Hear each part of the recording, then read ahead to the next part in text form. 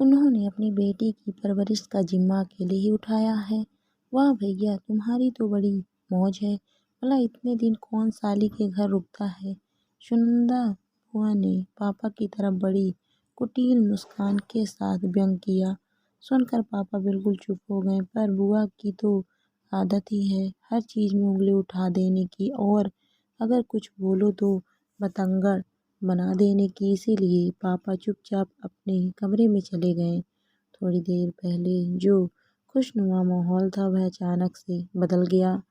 बुआ, आपको शर्म नहीं आती पापा से इस तरह बात करते हुए? काहे की शर्म, और गलत क्या कहा मैंने? शाली के घर पर कोई इतने दिन तक रुका जाता है क्या? जब वर्षा मौसी और मौसा जी को कोई दिक्कत नहीं तो आपको क्यों परेशानी हो रही है? कल को दुनिया बात ना करे इसीलिए कहती हूँ। मेरा तो कहना भी है, दूसरों को बुरा ही लगता है। देखो, अब ये छोटी सी लड़की मुझे जवाब दे रही है। संस्कार तो कुछ है नहीं इनके अंदर।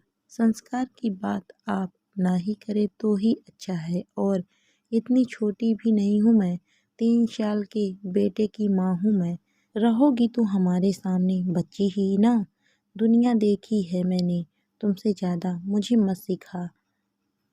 पापा आपके भाई हैं, पर उन्हें दुखी करने का कोई मौका नहीं छोड़ती आप। किसी से थोड़ा हंस कर क्या बात कर लें, ताने मारना शुरू कर देती हैं आप। आखिर उनकी गलती क्या है? मुझे तुझसे कोई बात नहीं करनी। क्यों नहीं करनी? रिश्ते तो आज भी वही हैं। सोच आपकी बेकार है। ज़्यादा मत सिखा मुझे, मैं तेरे मुँह भी लगना नहीं चाहती। माहौल बिगड़ता देखकर बुआ भी बात छोड़कर खिसक ली। बस कमरे में अकेली खड़ी रह गई नित्या। ये कोई पहली बार तो है नहीं। नित्या और सुनंदा बुआ में आए दिन झगड़े हो जाते हैं, सिर्फ इसी बात को लेकर, क्योंकि सुनंदा बुआ अपनी हरकतों से बाज नहीं आती। और आज भी वही हुआ। अमर जी की 2 बेटियां हैं, नित्या और वाणी। नित्या कोई 10-11 साल की रही होगी जब अमर जी की पत्नी सुमेधा की असमय मृत्यु हो गई। लेकिन अपने दोनों बच्चों की परवरिश के कारण अमर में दूसरा विवाह नहीं किया। हालांकि परिवार, रिश्तेदार और दोस्तों ने बहुत समझाया, पर उन्होंने अपनी दोनों बेटियों की परवरिश अकेले ही करने का निर्णय लिया।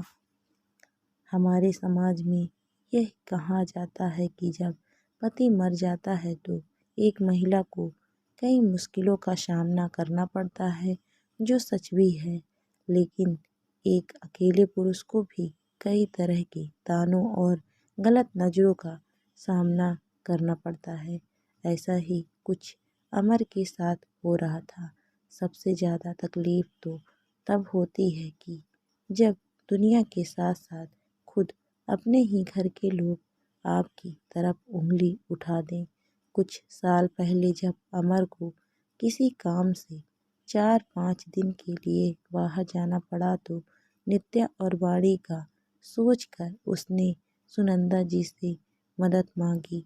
अमर को पूरा विश्वास था कि सुनंदा आखिर उसकी बहन है तो वह 4-5 दिन आकर बच्चों के पास रुक जाएगी, पर सुनंदा ने साफ कह दिया कि मेरे घर पर संभालेगा कौन, मैं नहीं आ सकती।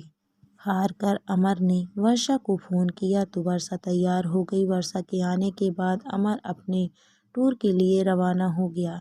4-5 दिन तक बच्चे वर्षा के साथ रहे। अमर वापस आया तब वर्षा अपने घर वापस रवाना हो गई, पर जब यह बात सुनंदा को पता चली तो उसने अमर को सुनाने में कोई कसर बाकी नहीं छोड़ी। अमर को बहुत दुख हुआ। उसने कभी भी वर्षा और सुनंदा में फर्क नहीं किया।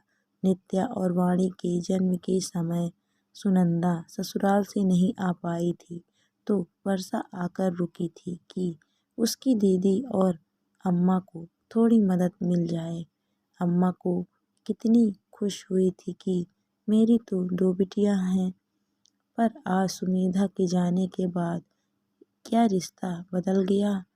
अमर और कहता भी क्या, आखिर सुनंदा भी तो छोटी बहन है, पर इतना तो समझ आ ही गया था कि पत्नी होती तब तक मान सम्मान होता है, पत्नी के जाने के बाद तो पति की भी कोई इज्जत नहीं होती। अमर जरा सा भी किसी से अगर हंस बोल ले तो यह बात सुनंदा को बहुत बुरी लगती और वह वहीं सबके सामने ताने सुनाने लगती। रिश्तेदारी और आस पड़ोस में जो भाभी चाची पहले खुलकर बात कर लिया करती थी, अब वे भी दूर रहकर ही बात करती थी। अमर के लिए भी यह बात समझ से परे है कि जब रिश्ते वही हैं तो आज लोगों का उसे देखने का नजरिया क्यों बदल गया। पर अब नित्या भी बड़ी हो रही थी, उसे भी यह समझ में आता था कि किस तरह उसके पापा का दिल दुखाया जाता है और आज भी यही हुआ। अमर की कोई गलती नहीं थी पर फिर भी सुनंदा ने उसे ताना सुना ही दिया।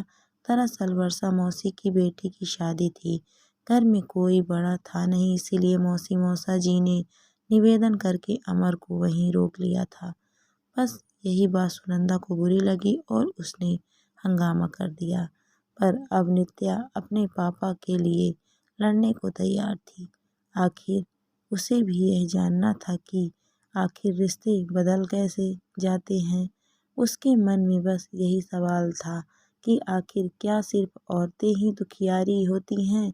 मेरे पापा की तो कोई गलती ही नहीं थी, उन्होंने अकेले ही अपनी बेटियों की परवरिश का जिम्मा उठाया। साथ नहीं दे सकते थे तो कम से कम इल्जाम लगाने का तो हक भी किसी को नहीं है।